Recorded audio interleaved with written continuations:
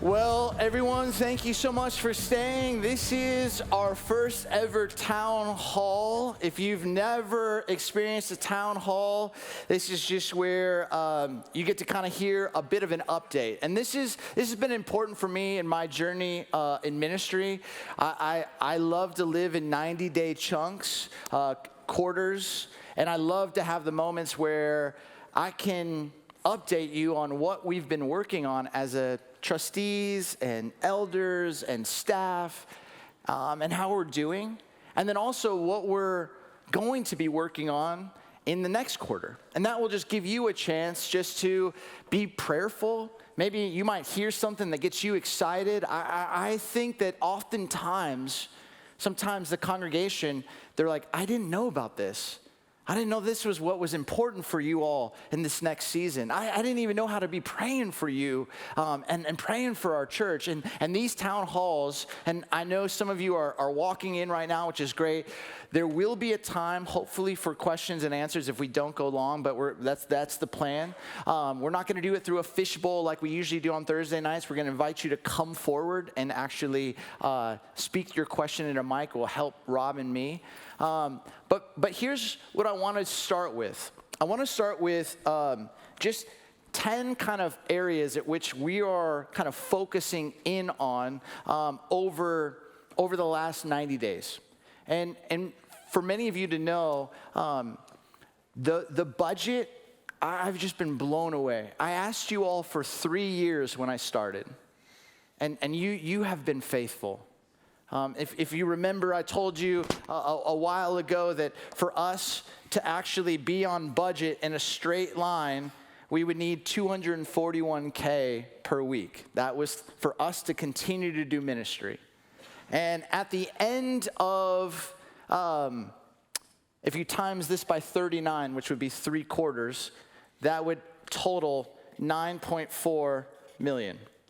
And what's amazing is we've actually brought in, since the end of September, the end of Q3, 8.938636, which is a little less than 500K down if you did the straight line.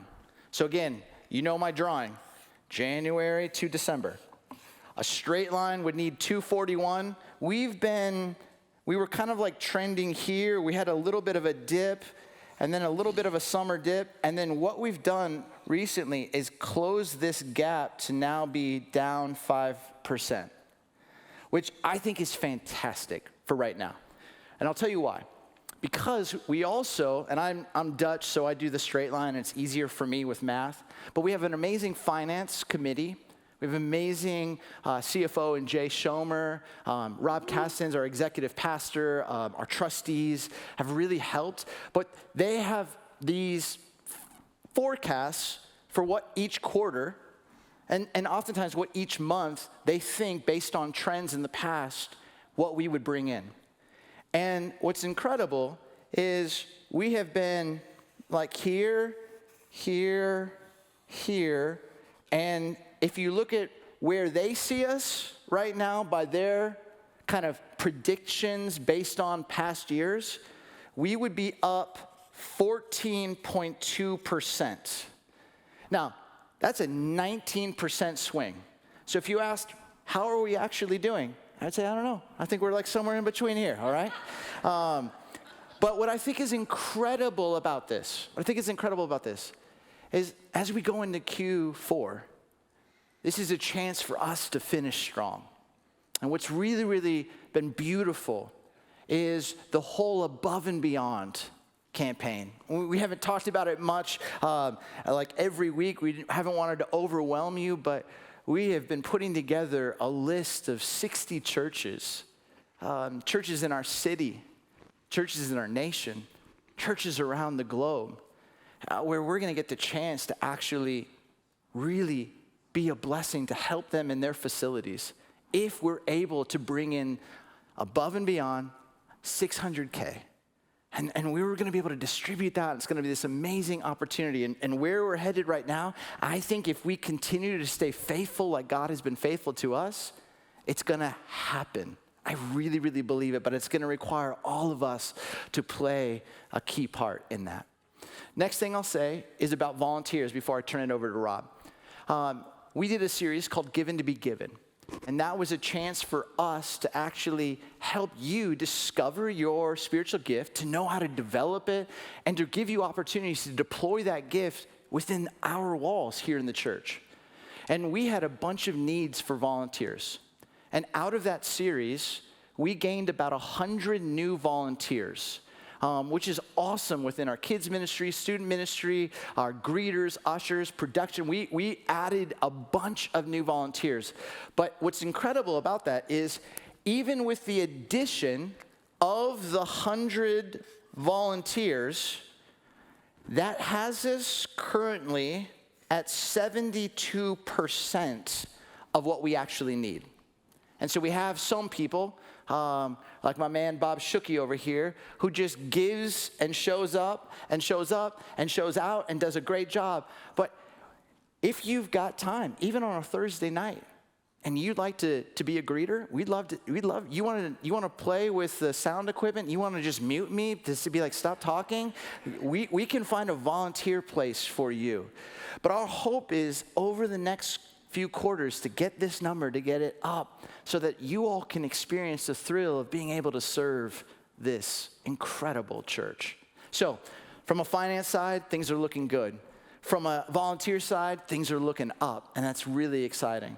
The next thing that Rob's going to talk about, and it's been so much fun partnering with my friend Rob as our executive pastor. He does a great job, but we have been thinking and dreaming about what would be a healthy operating system for us to kind of bring all of the ministries under, to kind of point us in a direction that could help us really live out what we feel like God is entrusting us as a church. So Rob's going to talk about that. Sure.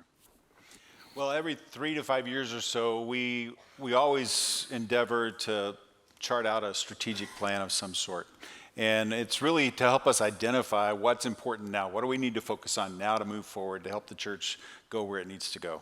And so this time around, we partner with an organization called Intentional Churches, and I've had the privilege of serving as a coach with Intentional Churches for several years to work with churches to help them install what we refer to as Church OS. It's kind of an operating system for churches to help them use lenses to view things biblically and frame things up and establish that vision for what's important now, or vision initiative projects, VIPs. And so that's a process we started working through this summer, and it's helping us establish what our dashboard metrics are for us as a church. It's helping us establish an engagement pathway for people who are coming in our doors for the first time. We've built 3 VIPs right now, and then there's a long list of other items that are going to come next. The 3 VIPs we're working on right now are worship capacity, which in part the survey that you helped complete tonight is a part of that, or if you just came in for the town hall, you'll be hearing about it on Sunday. And that worship capacity effort is also going to have some focus groups that we're going to have some conversations with to really suss out together when are the best times to have the services so that we can continue to provide space for people to find their way back to God here at Christ Church. We don't want to have the time when guests most likely are going to come. We don't want to have that service be jam-packed. There's no room for them to sit. The atrium's overflowing with people as well.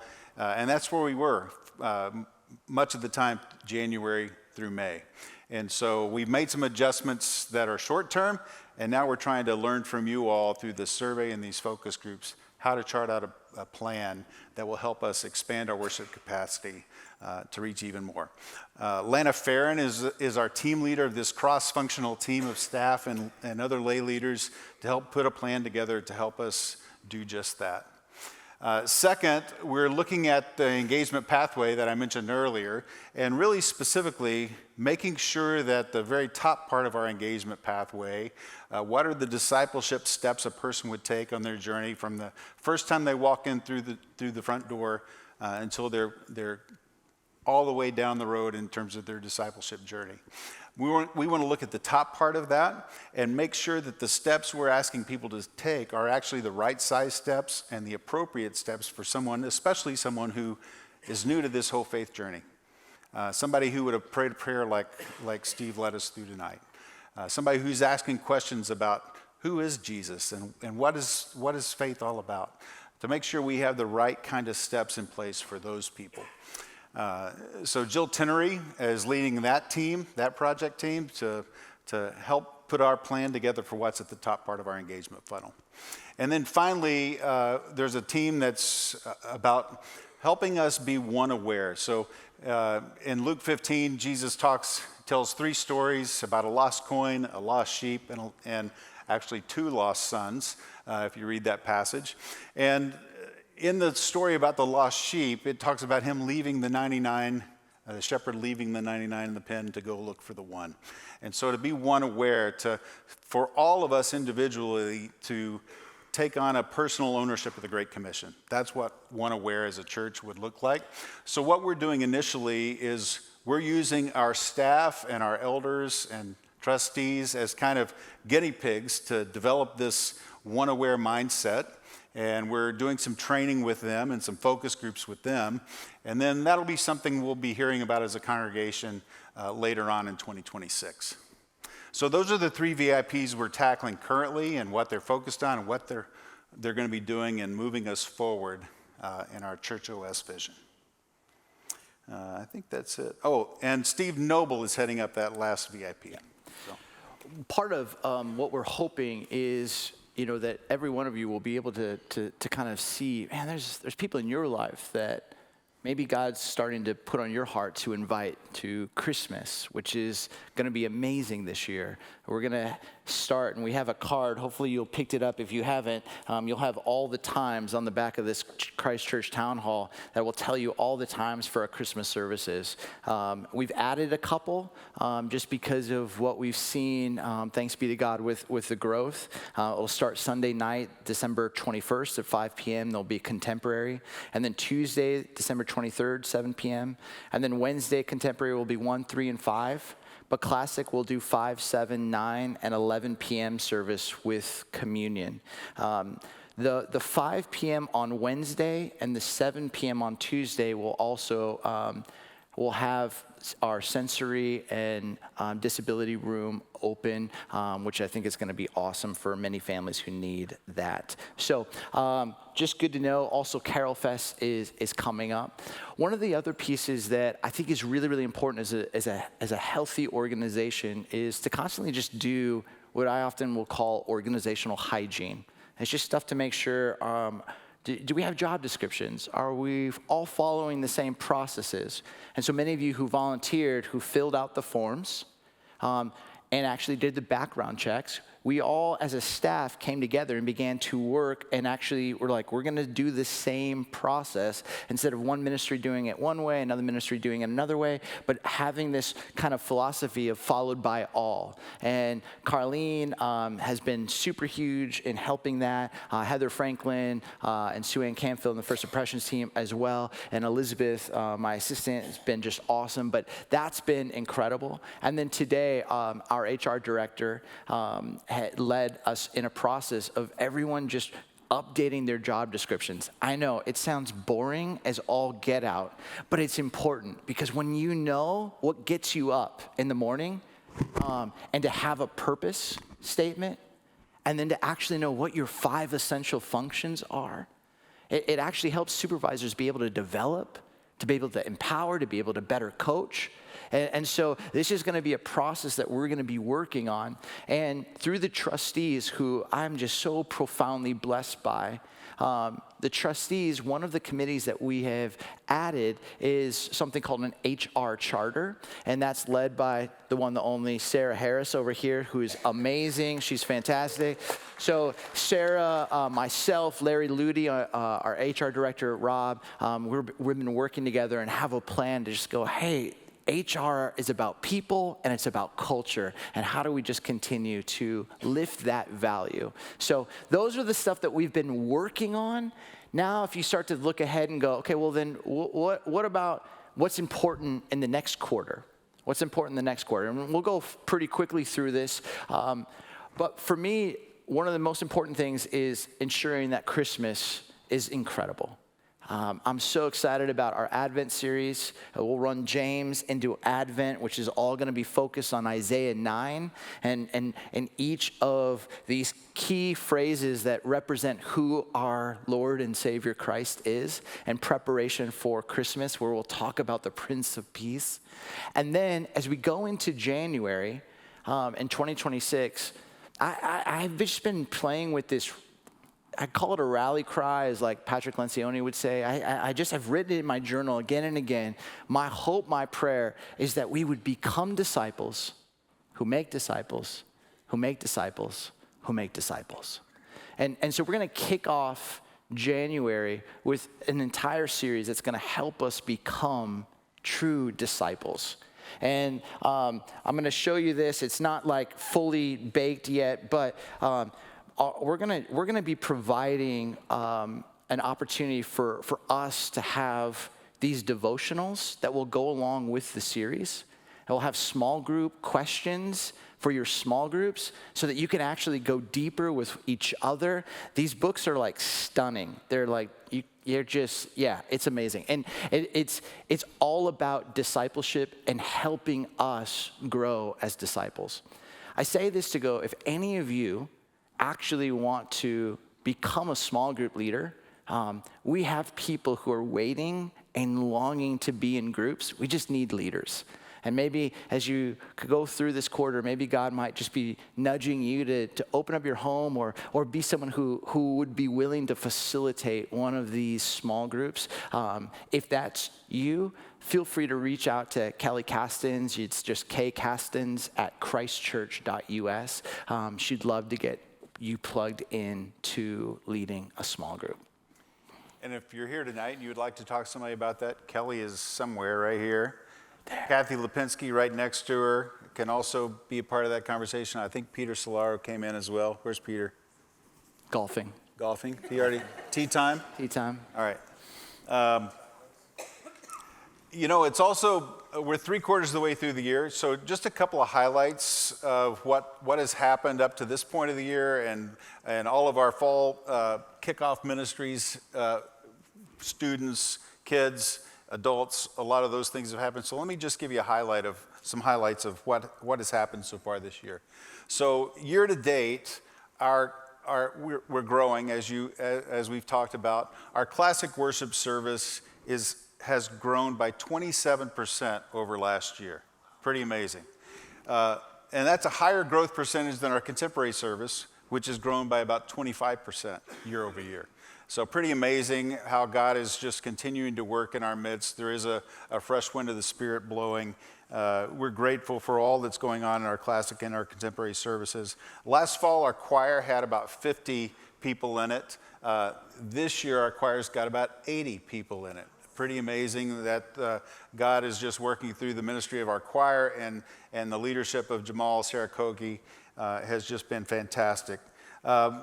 We have 75 people in our current membership class, which I think has, 1 week to go? 2 weeks to go? Something like that. And that will bring our year-to-date total of new members to around 220 people. 220 people who have taken that step and are embarking on a discipleship journey here at Christ Church and said, I'm in. I want to be a part of what God is doing here. Our family ministries, our Christ Church preschool, last year hadn't even launched yet, I don't believe. And it launched with about 16 students. And now at this point this year, we're up to 60 students enrolled in our preschool. And God's doing great things through that team. Our kids ministry is averaging about 365 kids every week in children's ministry programs here at Christ Church. Last year, just by comparison, so 365 this year, last year, 277 kids. So almost 100 kids growth year over year. Cal is averaging 129, our middle school ministry, 129 average on Wednesdays. They had 262 middle schoolers for karaoke, which is just a big outreach event. 260, if you can imagine, 262 middle schoolers running around this building. Smelled great. It was unbelievable.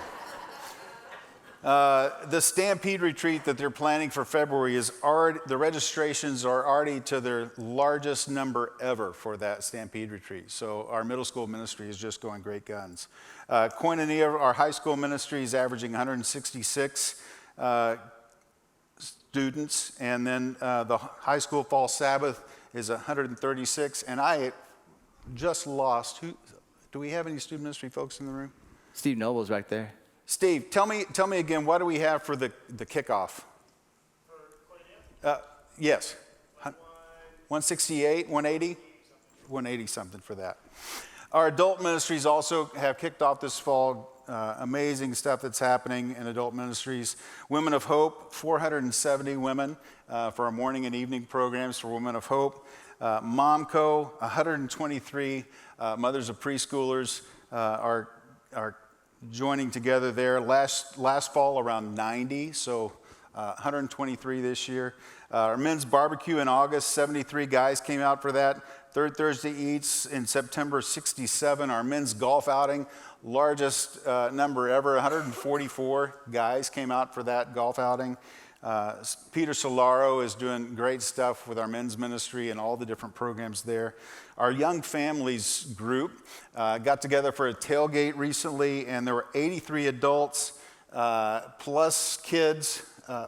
There's 70 young family adults that gather together in small groups, plus all 90. Oh, see, It's just growing by the minute. It's growing by the 20 people more than when I came up here. Our 20s ministry, Yes. It used to be like 20s ministry folks gathered together, and now we're about, I think it's 63 involved this fall.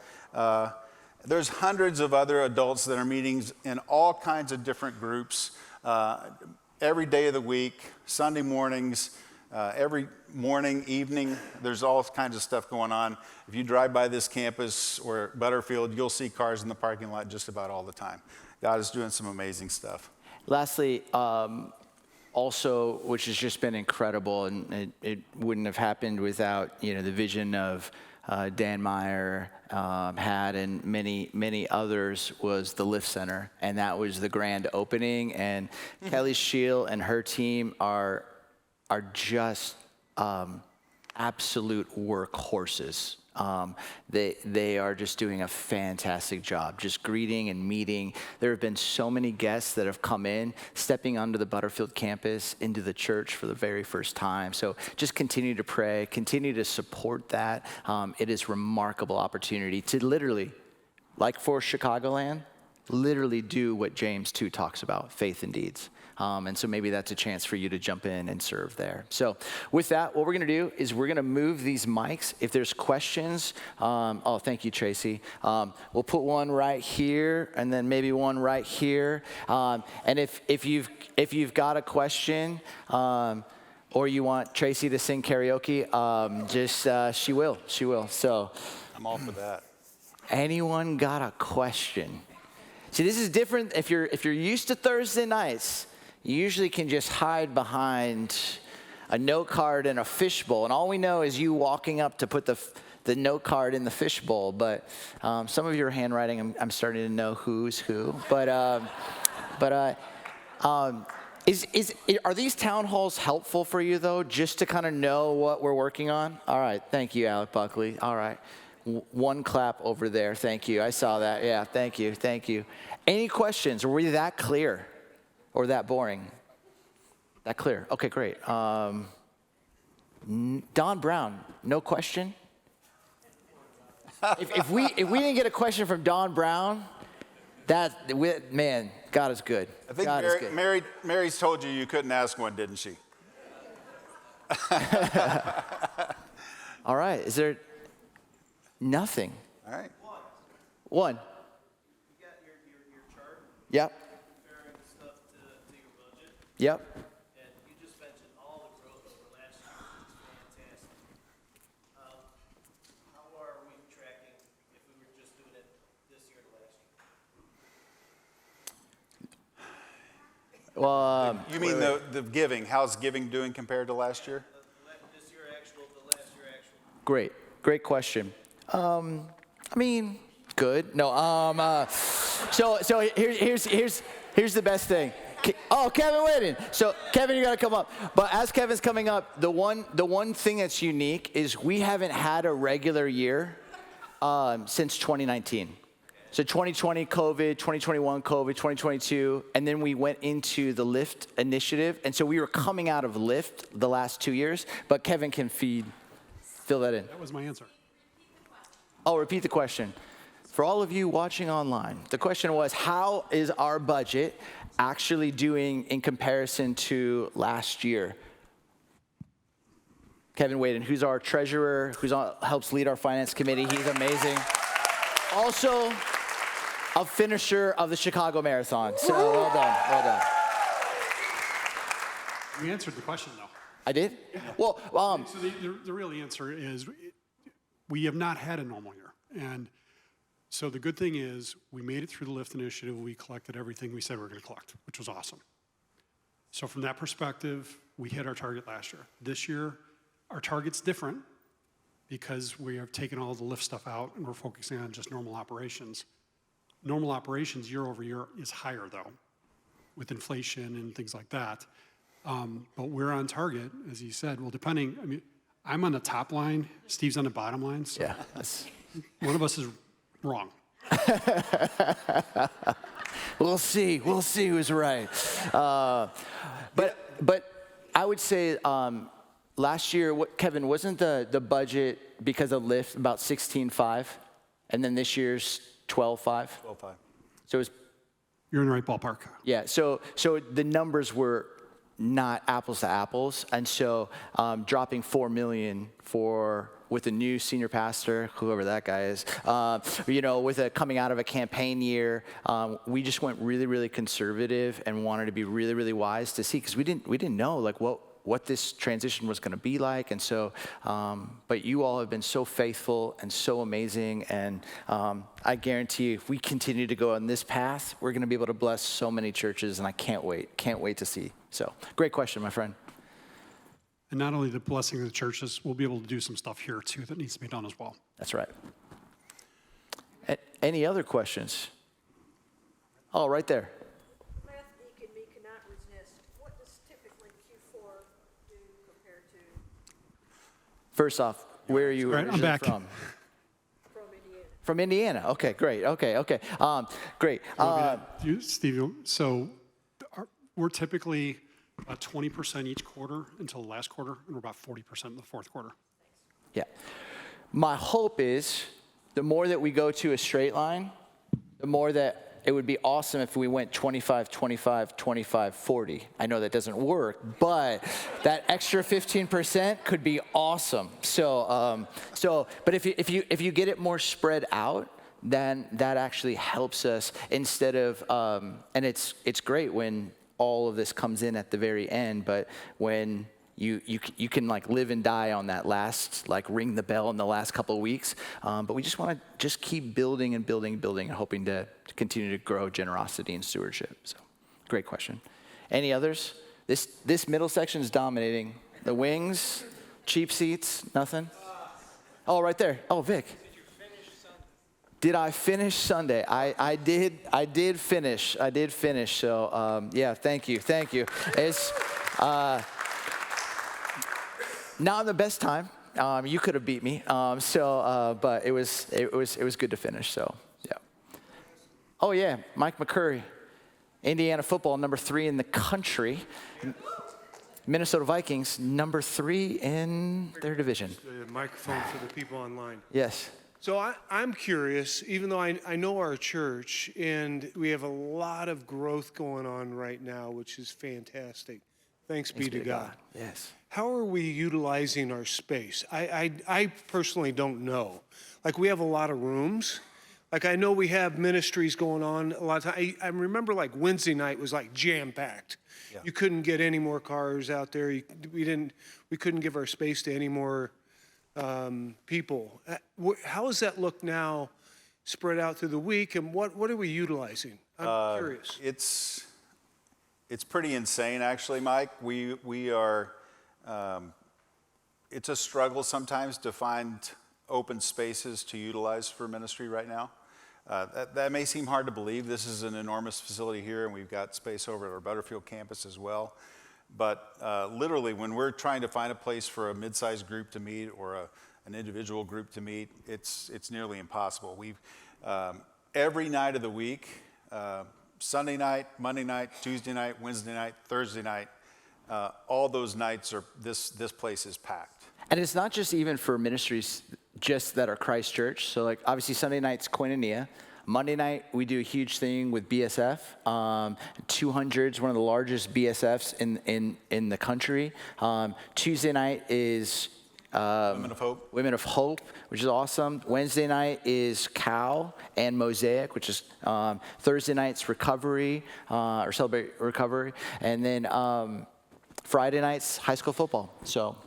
And Friday and Saturday, we do a lot of weddings and funerals. We try to hold the, availability on those days for those kinds of events. We just hosted, was it this week? Yeah, Worship This week Innovators. we had a conference here all day, Monday and Tuesday, called Worship Innovators.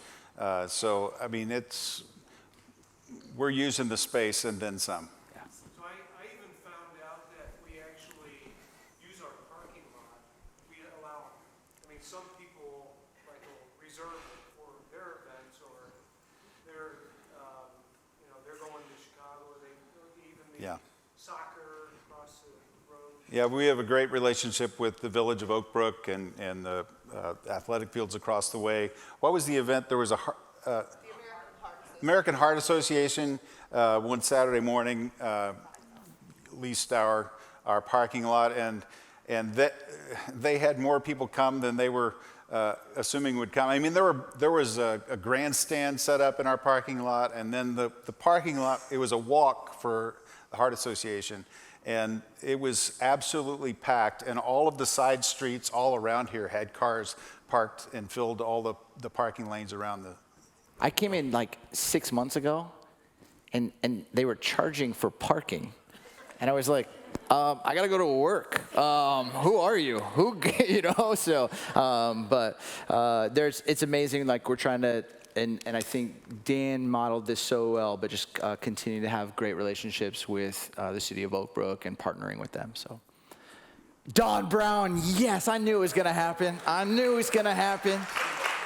Give me enough time and I'll think of one. So good. So good for my soul. Anyway, the Lift Center is open and is seemingly doing a great thing. I haven't been over there since before it opened. Yeah. But if you take Butterfield as a standalone campus, are they growing or what's going on in Butterfield specifically? Yeah. They're growing. They're not growing quite at the same percentage of growth that the two services, the two settings here, Sanctuary and Auditorium. I think they're growing right now year over year about 7%. So it is really good growth, but it's not quite at the same level as the Oak Brook campus is right now. What's really great too is we're trying some stuff out, and I just think the world of Charlie Browning. Is an amazing communicator and leader. But we're trying to give, instead of just piping in videos to Butterfield, trying to have more live in-person preaching, similar to what we're doing here. And so 3 out of 4 weeks, it's live in-person preaching. So Charlie's been teaching there twice. We're going to be pulling him over from time to time here at Oak Brook. But that's one of the things that we're just trying to do to ensure that it's not just some guy up on a screen, but they're feeling a pastor pastoring them. So, which is great. The other thing that's happening there is the synergy with the Lift Center is we're already seeing that bear fruit, both from the people who are coming in, the clients that are coming in for food and to participate in some of the other programs that are happening. We've got a partnership now with World Relief, and they're partnering with the Lift Center to offer English as a second language for all sorts of people. We've got people who are volunteering at the Lift Center. They don't have a connection to Christ Church, and now they're giving to support the Lift Center and have started attending the Butterfield campus. And so that's the kind of synergy we had in mind, and we had learned from some other churches about, and we're starting to see that bear fruit. Okay, I got one more. Yes, When let's they go. opened this campus, the biggest 1965? concern building. This building, okay. The auditorium. Okay. Yeah. Not the campus, the building. The biggest concern we had was, is it going to divide the congregation? And we were all a little concerned about that, but at the same time, it seemed to work out with the commons, and that between services time, even if one part of your family went to contemporary and one went to classic, we gathered between services. With the time change, that's been interrupted a little bit, and Yes. that's a concern at least Mary and I have, if I can speak for Mary. I mean, if you want to speak for Mary, no, I would say, Don, that let's get really, really candid and say, right now we've just got competing values. So one sense, because of having two incredible growing services, as Rob said, one at 27%, one at 25%, but we were typically teaching 9 a.m. classic and then a video into the 9 a.m. Contemporary, and then live 10:45, as you all know, and then video in classic. And moving to in-person at each has helped spread the people. Many people have moved to the 9:15 Contemporary from what would be 11, which is awesome. It's a huge headache for our kids ministry, and I say headache because there's been like 32 kids in like the 2-year-old room. You know, I mean, it's just like it's wild down there, and then just the moving back and forth for me personally going to do, but the value was, let's try to do in person, and it wasn't a great experience when we had, as Bob would say, every Sunday was feeling like Easter. At the 10:45 Contemporary, it was just so packed, people were like, I can't find a seat. And so that had us shift to that. But personally, as much as I love teaching, I feel like I get in my car and I'm like, I haven't talked to any of you. And I miss out, and I think Dan modeled this so well, that one of the distinctives of Christ Church is accessibility and pastoral accessibility, and that's important. And I feel like there's a violation right now, but it's also been a struggle that we're not creating room for guests who are showing up. And so, again, competing values, and this is why the survey matters. This is why you all kind of leaning in and helping and speaking into it, because change management, we don't want to be flippant with that. I want process to be done well in a way that's honoring for the entire staff, volunteers, and congregation. So that's kind of our hope. Yeah, so the impact of the staggered times, I was sort of skeptical that it was going to make a big difference in kind of balancing out our services. It surprised me. I was wrong, and what we're trying is work to balance out our services. So Bob helps count, and he's always letting me know kind of what's going on in the room here in terms of numbers. And we were 1,050, 1,100, 1,025 from January to May. At the 10:45, and we would have 400 and something like that at the 9 o'clock in this room. And since over the last couple of weeks, there's one week in particular, I don't know if it's this past Sunday or the week before, that we had 600 and some at the 9 o'clock instead of 400, and we had like 685 at the 11 o'clock. So way more balanced, and it's also having that impact on the classic services.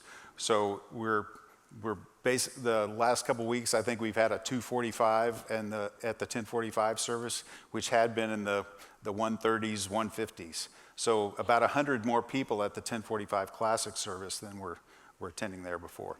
So that's the competing values, and that's why we're doing the survey. We're doing a survey. If you weren't here for the worship service tonight, we're doing a survey on Sunday to help find out what the prioritizations, what is causing people to make decisions which is more important to them. We force you to choose some things and rank them in priority order to make you deal with some of the hard choices that we're having to deal with and make these decisions. So, and I'm sorry, like for many of you who probably feel if you're in the 9:15 contemporary or 11, and you're like, they're singing another song, and everyone's like, where's Steve? Okay, and then Steve shows up, and it's like, song's over, and then I walk up and teach. We know this is not ideal, and it's not forever. It's just trying to be responsible with, thanks be to God, the people that are coming and wanting to serve them and get them plugged into the life of the church. So one last question, right back there, and then did you have your hand up? Small one question, and then that question, and then we'll call it a night since it's 9. So you go first. Does football season affect the tags that people have? Well, so so this is how it's worked for 40 years. For 40 years, since 1985. Bears fans start out with so much excitement. Week 1, we're gonna watch. Week 2, we're gonna go to church and pray. Week 3, we're like tearing and weeping and gnashing of teeth. And then week 4, we're like, when are the Cubs coming? Let's go Blackhawks. So I think it definitely has an effect on certain days. But with the amount of Sunday night games, Bears just had a bye. They had a Monday night. I think that with the service options, people can come to the 9 a.m. or 9:15 and then be back to watch Caleb be Caleb. So yeah. Oh, back there. But could you share a little bit more about the small groups and the leaders that they are such? Okay, real quick. I know. Yes. What city? London. Oh, London. Okay, awesome. Do you have a favorite soccer team? There's only one, Arsenal. Okay. All right. There's no small group for you. No, it's kidding. I'm a Liverpool fan. So small groups, what I'll do is I'll connect you to Kelly right down here, and Kelly would love to tell you about that. But we have done some amazing groups through like the book Steps. We have groups that are walking through other books. We have groups with young families. We have small groups to walk with you and help you take that next step in your faith. So, Rooted as well. We have Rooted as well. So, but come down front, meet Kelly. One last thing I did forget to say, and then I promise we're done. Dave Melvin up there, if you just see him up there, it's just that perfect silver hair. That's not Dan up there. It's not Dan. That's Dave Melvin. But Dave has been, and Greg Scott and a couple of trustees and volunteers have gone through every light fixture part of the building, and basically they call it CapEx, and have been putting like a time of when we bought this and when its like life cycle is. And so we have like 17 pages of data of stuff that we have in every room, from the garden chapel to the sanctuary to the auditorium. And this is all about taking care of our building, which is something you're going to be hearing about in months and months to come. But just we have deferred maintenance, and that's important for us to not just have a nice auditorium, but to continue to be a great steward with this facility. And Dave and team have just done a great job helping us get the proper data. So thank you, Dave, for that. So yeah. Awesome, friends. Well, thank you so much for staying along for the town hall. I hope you have a great, great night, and hopefully we'll see you this weekend. Grace and peace.